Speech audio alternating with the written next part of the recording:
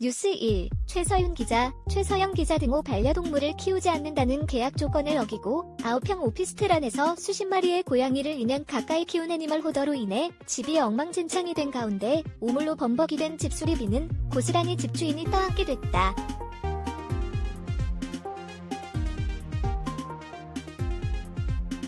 지난 4일 고양이 보호단체 나비야 사랑의 대표 유주연에 따르면 최근 서울 동대문구의 한 오피스텔에서 고양이 30여 마리가 구조됐다.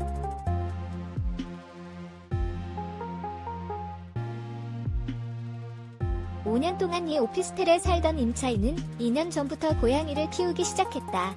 하지만 고양이의 개체수가 급격히 늘어났고 이를 감당하지 못한 임차인의 관리 소홀로 인해 오피스텔의 같은 층 복도에는 분뇨 냄새가 가득했다.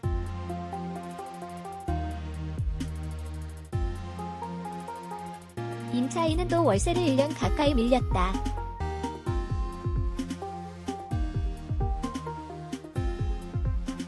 오랜 기간 참아왔던 임대인은 결국 지난해 12월 명도 소송으로 임차인을 내보냈다.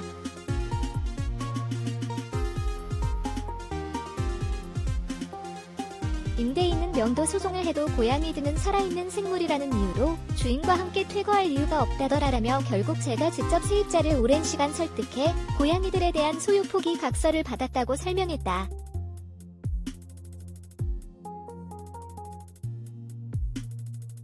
그렇게 임차인이 포기한 고양이 30여 마리는 고양이 보호단체의 도움으로 입양처를 찾게 됐지만 문제는 엉망이 된 집이었다.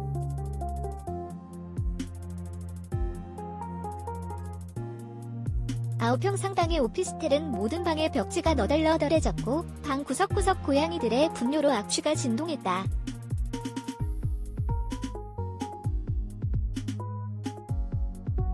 임대인은 월세 계약 당시 계약서에 반려동물을 키우지 않는다는 조항을 어긴 임차인이지만 그를 딱히 처벌할 규정이 없다고 한다며 월세도 1년 이상 밀린 임차인이기에 집수리비, 밀린 월세 등에 대해 민사소송을 해도 돈을 받을 수 있다는 보장이 없다며 한숨을 내쉬었다.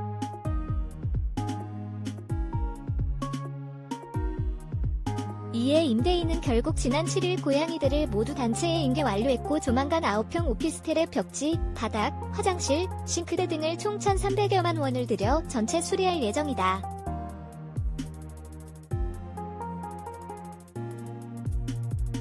임대인은 임대계약 규정을 어긴 임차인에게 피해 보상을 청구할 수 있는 제도와 임대인을 보호하는 규정 등이 이제는 필요하다고 강조했다.